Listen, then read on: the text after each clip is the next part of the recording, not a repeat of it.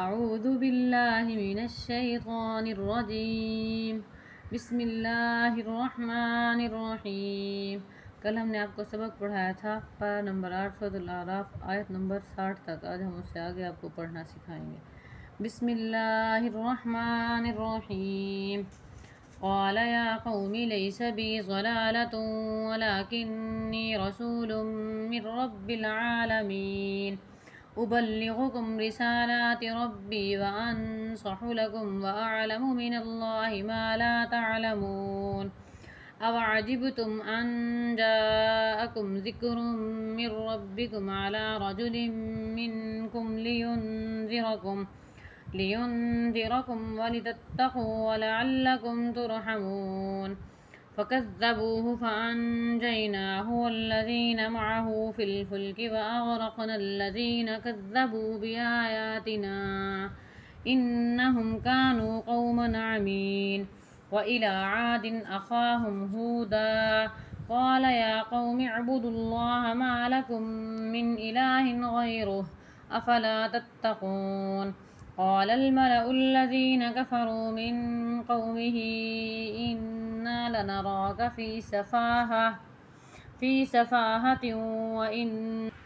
وإنا لنظنك من الكاذبين قال يا قوم ليس بي سفاهة ولكني رسول من رب العالمين أبلغكم رسالات ربي وأنا لكم ناصح أمين أوعجبتم أن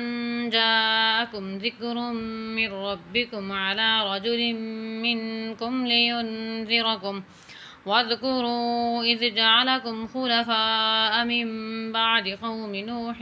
وزادكم في الخلق بسطة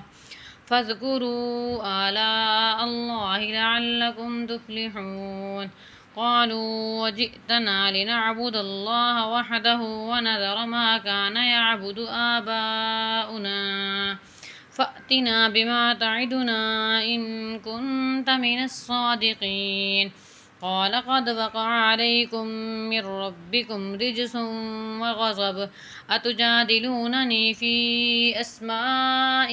سميتموها أنتم وآباؤكم ما نزل الله بها من سلطان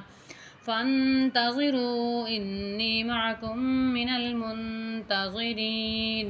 فأنجيناه والذين معه برحمة منا وقطعنا دابر الذين كذبوا بآياتنا وما كانوا مؤمنين وإلى ثمود أخاهم صالحا قال يا قوم اعبدوا الله ما لكم من إله غيره قد جاءتكم بينة من ربكم هذه ناقة الله لكم آية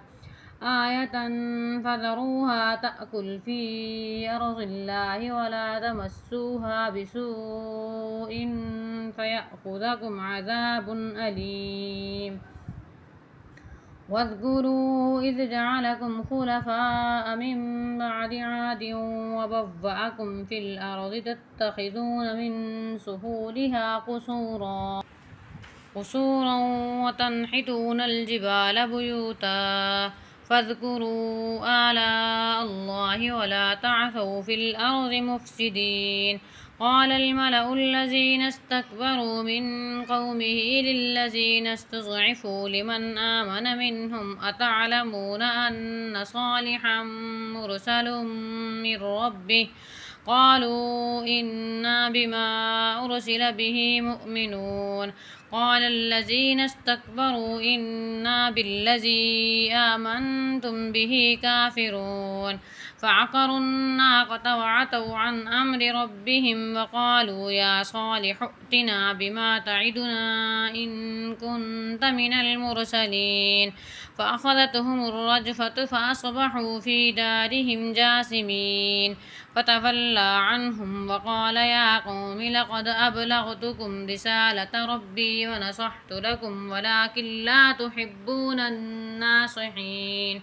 ولوطا إذ قال لقومه يتأتون الفاحشة ما سبقكم بها من أحد من العالمين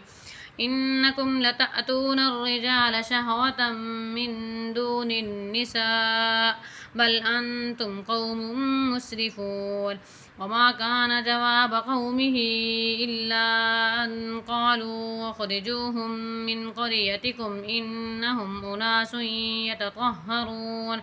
فأنجيناه وأهله إلا امرأته كانت من الغابرين وأمطرنا عليهم مطرا فانظر كيف كان عاقبة المجرمين وإلى مدين أخاهم شعيبا قال يا قوم اعبدوا الله ما لكم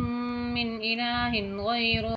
قد جاءتكم بينة من ربكم فأوفوا الكيل والميزان ولا تبخسوا الناس أشياءهم ولا تفسدوا في الأرض بعد إصلاحها